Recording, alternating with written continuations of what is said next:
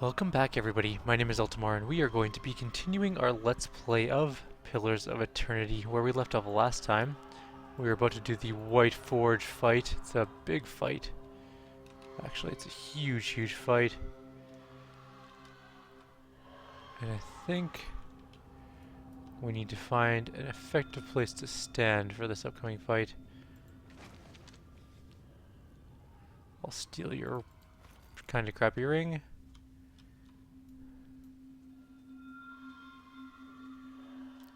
I think the further back we can get, the better.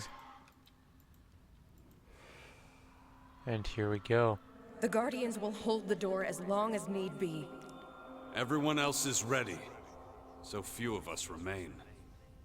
Lord Abidon, guide our hands and steel our hearts. Give us the mercy of your forge. I wish I had a quick save at this point.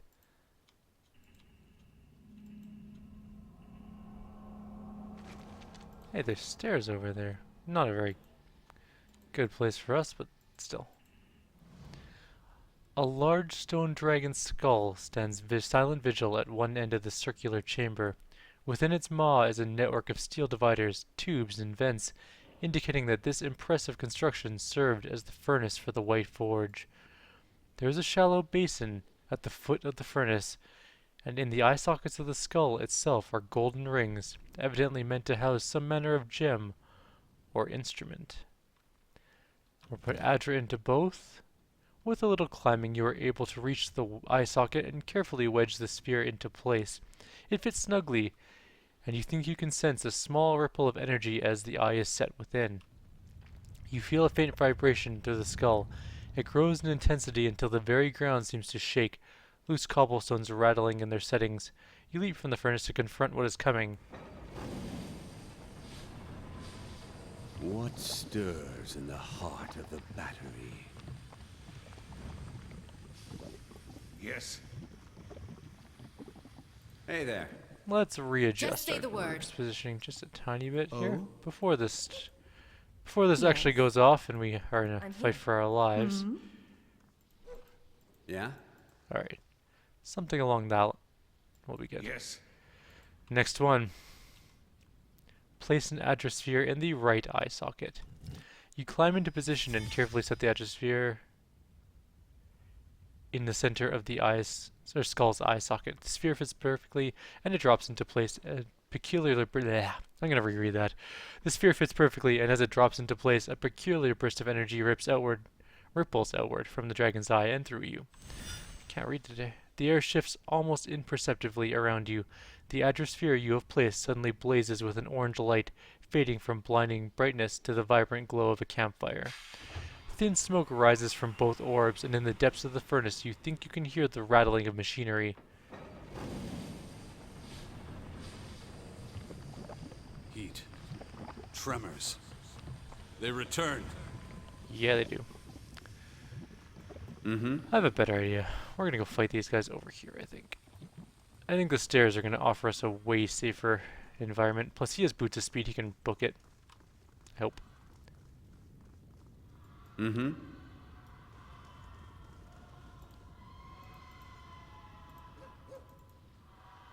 I'm here. I think this is gonna be a better Yeah. position for this fight. Okay. Last thing to do. A large stone dragon skull. Oh yeah, we already did that. Place the stone disc in the hollow space beneath the basin, or behind the basin. You place the stone disc into the basin, and you find that it fits perfectly within the hollow. Before your eyes, the disc turns of its own accord, rotating this way and that, before finally sinking into position. From deep within the furnace comes a startling metallic screech, as if some hidden mechanism has come to life. From the vents around you rises hot, stale air and the glow of rising fires. A gust of hot air erupts from the stone dragon's maw. Molten ore drips from the basin, and dark billowing smoke begins to gush from between the skull's fangs. You hear another rending shriek, but not of the machinery. Around you rises a chorus of howls, bodiless voices raised in rage and despair.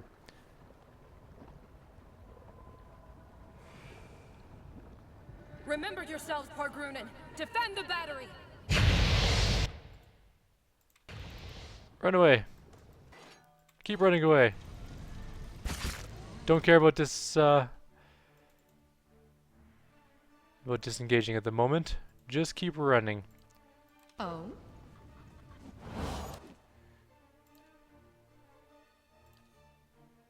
Oh?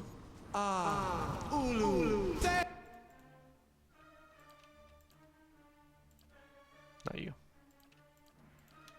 That's how it's done. And let's get some cold. No use. Don't succumb! Why aren't you casting a full spell? There we go.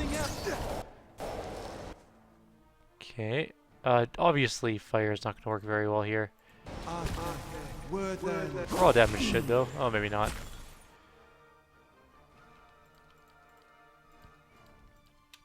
Yeah, that's how it's done. These are vessels I should have switched up. Try something else. 2 are down. Okay, let's get some heal. Oh, what the hell? Oops. Everyone fight that. You get up here. You should have run. I just realized that our fighter is actually worthless in this fight, pretty much. He has fire swords, which are not going to go very well against Forge Guardians, but whatever. It's all good. Let's get more cold. Gotta try something else! There's no need for that! And then we will get some spells going.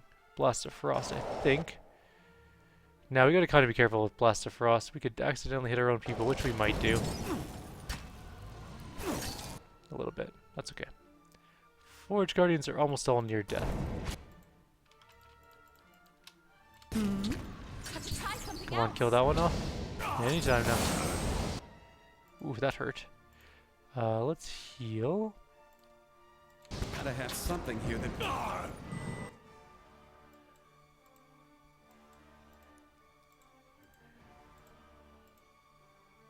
And go. Better try something else. Come on, die. There we go. Last Forge Guard. Oh, that's it. That's all the Forge Guardians. Get out of the cool for now. Or just go through. So I think that was it. Oh no, we have to kill these guys now. Right. Although there's only the 3 of them. We should be able to kill them all, no problem. That's how it's Okay.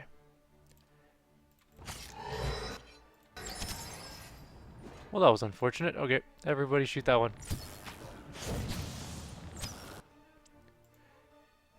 No, don't move. Just you. You. Just you. Am I holding down a button or something? Oh, you're confused. Oh, okay, gotcha. Only you are okay. Yes.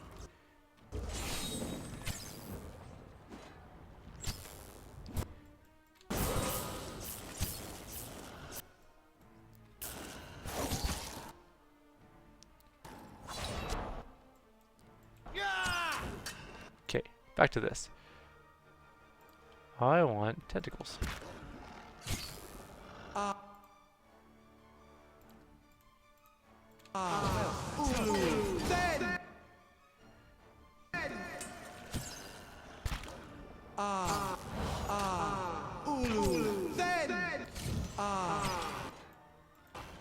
Have to try something.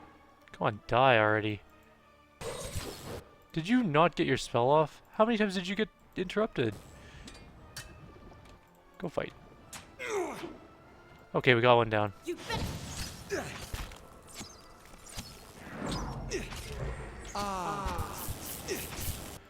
She's never gonna get that spell off. That's fine, whatever. Oh, there we go, finally. End of the fight.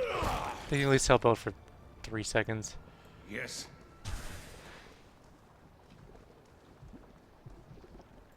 And that's it, fight over. We can actually claim the battery now. That was easy. Easier than I anticipated. Let's go loot the bodies though. They have a whole bunch of stuff. As you can see, they are made of Primal Flame and Adra and Gwithan shields, which are worthless, but still. We're gonna rest. Because we have camping supplies in there. Lord Sidric has arrived at our stronghold. He needs his aid. We'll deal with that later. Stop, marauder! Our bodies are dust already. Must you profane holy ground with further violence? Flames roar and whip from within the forge. As they rise, their glow watches the room in a gory crimson light. Did the height of our walls offend you? Did we cross your borders? Sail you weak steel? Tell us, why did you invade our fortress? Behind the anger and through the roaring flames, you hear the voice of a tired old man. Durgan's battery has been deserted for over 200 years. No, that cannot be. Abidon wouldn't allow it. The flames flicker and shudder, and the stones beneath your feet grow suddenly cold. Wake up, Exandru! This is why Abidan gave us the White Forge, that we might take up arms and deal with villains like this. Heat surges once again from the forge, prickling your skin. Such a magnificent device, and she can only see it as a tool for war. She shames our grandparents, who wandered this continent and... Quiet, both of you! Can't you feel it? This chill. This silence. The fires crackle and snap. But you entered our keep and found it abandoned. Ruined. What happened to us? His question drifts from the mouth of the White Forge, wreathing you like a cloud of smoke. Stories say that you fought amongst yourselves and destroyed one another. We fought, yes. But only with words. Ideas. Yet it was enough. Our divisions left us unprepared for what came next. I'd never seen anything like them. Twice the size of any ogre, and positively fearless. They were... Eyeless. Yet no matter how hard we fought, or how deep we hid, they kept coming for us. Why did they attack you? They didn't stop to explain themselves, yet I wondered at what monstrous wilder might survive in a place like this. We should have taken our steel and pushed east. What's to say they didn't come from the east? From the lands Maroon so coveted? It was a punishment for taking this gift of Abidon, the White Forge, and squandering it on our greed and vanity. The other voices say nothing, but you feel their doubt and dissent in the stifling heat of the forge. What were they? Some kind of magfolk, but bigger than any we knew of. We who survived never got close. They were relentless. Unnaturally so. Go on. We retreated until there was no place left to go. Until those of us who remained were here. Here, with the salvation Abidon had left us. What was this salvation? The White Forge.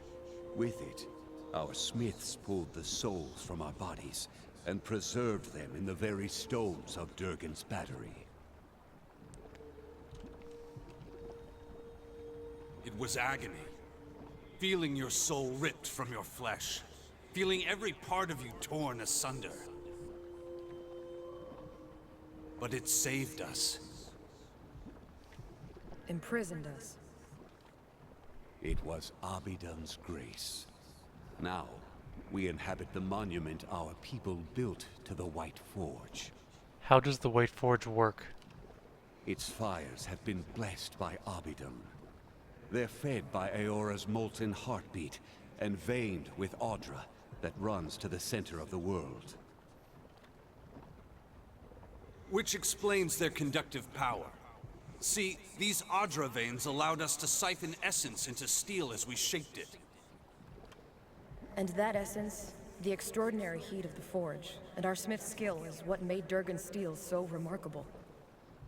And what does this have to do with Abaddon? The White Forge belongs to Abidon, of course. It is here that he built his own body. And whether he found this place or created it, It's a truly remarkable smithy. We Pargrunin are wanderers by nature. But it was Abidon's call that led our forefathers here after generations spent along the Pearl Coast and Air Glonfath. So the old stories say. Then again, I can't see any other reason our grandfathers would have stayed here when greener lands lay east. I see. And now you're here, in Durgan's Battery. Stuck here, you mean? With all the others who sought to escape the Eyeless. Is that a bad thing? Had we thought longer on the fate that awaited us, we might have chosen a quick death to this slow agony. Blasphemy! There's no greater honor than remaining here, watching over the White Forge. Easily entertained, huh? The long vigil is a quiet duty, but a noble one nonetheless. It's true. I only wish we could protect this humble monument better. You did pretty good. Or do something. Anything. We were once among the greatest smiths in the known world. Tell me, do Kith still speak of us? Would it matter now? Let go of this obsession with your reputation. But it's more than our reputation. It's our legacy. What was the point of our work, our sacrifice, if it's so quickly lost? Yet if our lives and labors are so easily forgotten, what was it that brought you here? There is a village called Stalwart that has fallen on hard times. They asked me to find the White Forge. At this admission, you feel a softening in the essence of the Pargrunin. In one moment, each soul and fragment is distinct, and in the next they form an indistinguishable host. You perceive them as a school of fish caught in a tide, a flurry of snowflakes on the wind, a pantry full of fragrant spices. Then I hope you're satisfied with what you found here. Godlike. At least you get to leave this place. But it was good to be remembered. However briefly. As the souls of Durgan's Battery speak to you, their collective essence takes shape, much like Merwald's did. There are scores of them, all torn by conflicting purposes, and trapped in the memory of their lost battle. You taste the bitterness of their uncertain existence and feel the persistent ache of centuries. It is a slow, agonizing fate, but you find it in your power to grant them another. I am going to bind them to the White Forge, tend to your legacy, remain here, and lend your skills to others. You feel a plunging sensation as the energy of dozens of souls rushes towards the White Forge. It buffets you like a storm wind, and you brace yourself against it. Finally, the ether grows still again, and you feel a new power radiating from the White Forge. It emanates a warmth that you feel in your soul, yet you know now that you could draw it close without fearing the heat of its flames.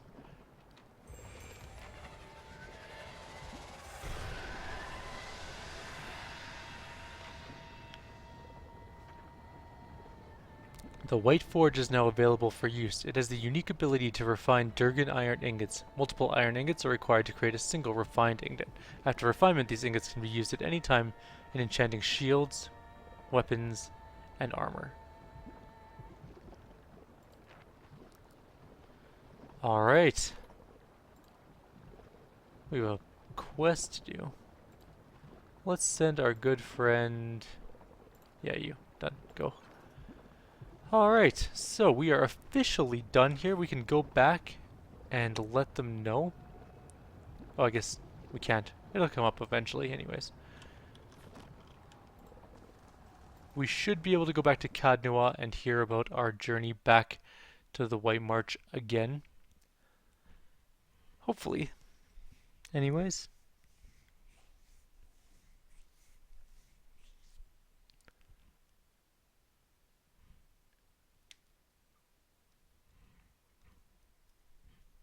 Come on. Load faster. I might go lay down after this. I have a headache brewing.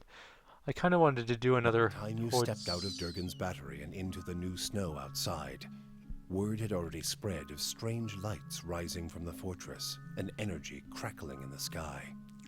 The survivors of Stalwart flocked to Durgan's Battery, their steps hastened by the promise of peace and prosperity at last. They mended their walls, gathered their strength, and prepared their town for the new opportunities that were sure to come. And with the voices of Durgan's battery silent at last, none heard the distant groan of something stirring among the peaks, as massive and relentless as an avalanche. Foreshadowing. You've completed the Pillars of Eternity, the White March Part 1. To begin the next chapter, rest in any location outside of the White Marsh. The crumbling edge of this long platform suggests that there were once stairs leading down from here, perhaps joining with the pathway some distance below. It seems a manageable jump from here on this side, but you don't need to be able to return the same way. Jump it. You leap, and for a dizzying moment, the ground below flashes past, and then you're across the gap and upon the second tower. This is where the bow was, if you'll recall. And that is it, guys. We are officially done the first part of the battery. We have to go do the second part, or at least start the second part, so we can go actually get our new soulbound items and start our new legendary dagger quest. By the way, the legendary dagger quest is so interesting because the dagger that we're gonna get gets shittier the more you use it. It is awful, abysmally bad. It starts at superior, which is really nice, and then it goes to exceptional, then it goes to like fine, and then it goes to then it goes to normal, and you're like, okay, this is getting kind of bad, and then it goes to terrible, but then it goes to legendary. So it jumps from terrible to legendary, meaning our tank will become pretty damn good at fighting, in all honesty. He'll do some serious damage with that weapon. Not enough to put him in the rankings for our best DPS, obviously, but enough to hold his own in combat, which would be nice. Alright, so we need to rest outside of here. You know what we should do, though? Go talk to that Lord dude first, and then we'll deal with any problems that are going to arise.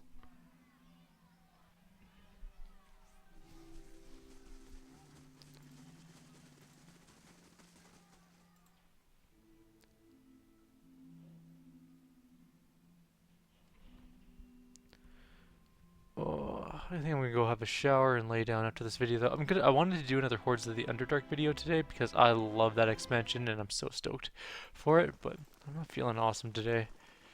Alright, Lord Shidrock, let's do this. Ah, it's good you're here. I simply must speak with you. Fine, let's go. Make it quick. I'm busy. I'm a busy lord.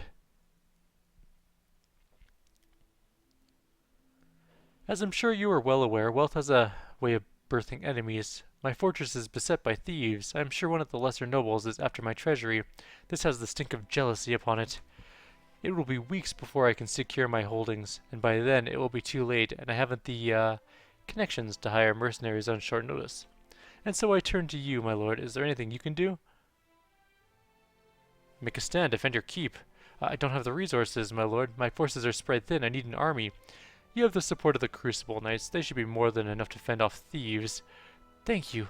That's bound to do the trick. I can't wait to see those ruffians scatter. Man, how shitty would that be? Imagine for a second, let me paint you a word picture here. You're a band of marauders. You're pretty good. You find a keep. You know the Lord doesn't have a standing army. You know he doesn't have the resources to get mercenaries. You're like, easy pickings, right? Well, go, get some loot, and you go home. So you're like, yeah, so hit him next week. Let's prepare and get ready. A week passes, you show up at the gates, and suddenly there is like one of the strongest militaries in Deerwood standing atop the battlements just waiting for you. How disheartening would that be? Be like, oh, you gotta be freaking kidding me.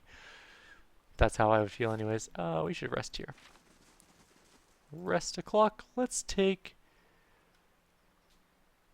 mechanics. Why not? As you sleep, you are buoyed and buffeted by the vagaries of dreams. They tumble and thrash about you and fill your mind's eye with pale, glittering motes. They resolve into a light snowfall and a biting northerly wind. You recognize the mountains of the White March rising around you, and you shiver.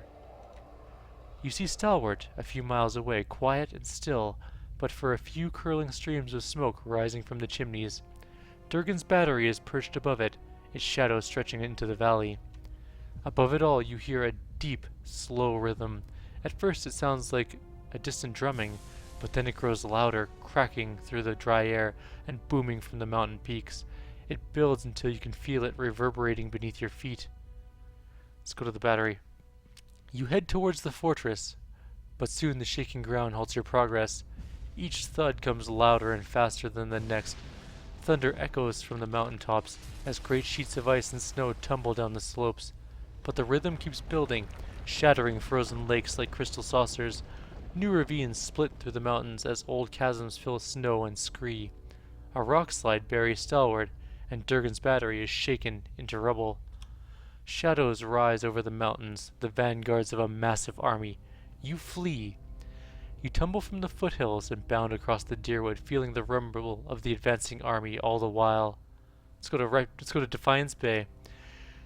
The city walls rise before you, but the portcullis is lowered. Guards stand on the other side shouting and jabbing their pikes through the bars. Stay away, haven't you done enough already? A breeze carries the scent of smoke and charred flesh. Defiance Bay's survivors peer at you from shattered windows and cracked doors. There will be no rest for you here. You run, hearing the army ever closer behind you. Twin Elms.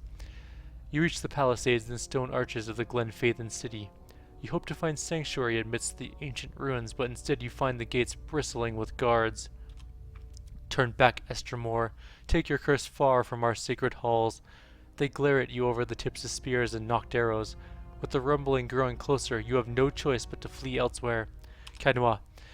Cadnois rises from the forest, its mended walls reaching out to you like a pair of strong arms. Oops, shit. Oh, we barricaded ourselves inside the keep. I hit the button twice by accident. You struggle to wakefulness, kicking at the bedding knotted around your neat legs. As you shake free of the last bonds of sleep, you hear a voice whisper something in a language you've never heard, and you see an image of 100 shifting, staring eyes. You awaken, feverishly warm and covered in sweat. We leveled up. I'm going to read that one paragraph that we missed. You barricade yourself within the great hall as the pounding grows closer still. It rattles the foundations of the great keep, and just as the masonry begins to shake loose, you hear an unholy battle cry coming from the courtyard. The ceiling collapses and sends a cascade of bricks and beams onto your head. You struggle to wakefulness, kicking at the bedding. Okay, that's where we ended up. Got it. Let us level. We have lots of points. Let's get some more survival, actually. And what do I want? Probably... We're gonna go get our dagger really soon. So where's daggers? Peasants' weapons? No. Ruffians? No. Soldier? No. Noble? Yes.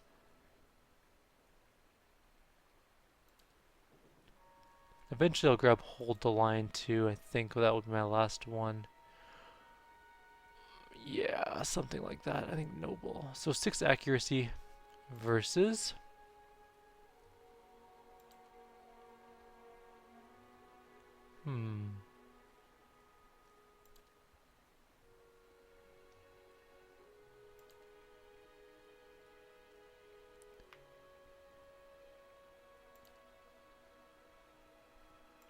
What else do we have?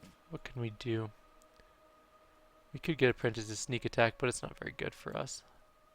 Maybe I could Hold the Line now until I actually get the dagger. But we're going to need the accuracy. We can always change it up if we need to. Okay. What is it? So there are several things we need to go do now. Including one pretty big fight. And we're actually at half an hour, but... Let's go to Stalwart quickly. Your party is considered high level for the content of the White March Part 2. If you'd like, the critical path can be increased, difficulty to give you more challenge. The rewards you receive will be the same. This choice cannot be changed. We'll take the high level. No guts, no glory, right guys? Right. I hardly think our party is high level for the second part of this, but we seem pretty level appropriate, in my mind at least. Maybe not though, maybe I'm wrong, maybe we were high level. Okay. Temple of Abaddon is the first place we're... Oh, cutscene. While we wait, the enemy grows stronger. And you'd send more of us to die! Well, I'm not gonna stand around. Are you? You've done plenty, Darien. You approach the source of the commotion and see a throng of villagers. They're arguing amongst themselves and hurling questions and demands at the lone figure perched above them. A young man stands on the spur of rock, his clenched fist held aloft. Steam rises from his wild hair and flushed face as he shouts towards the gathering. Been a week since our people left these gates. A week since the Iron Flail took them.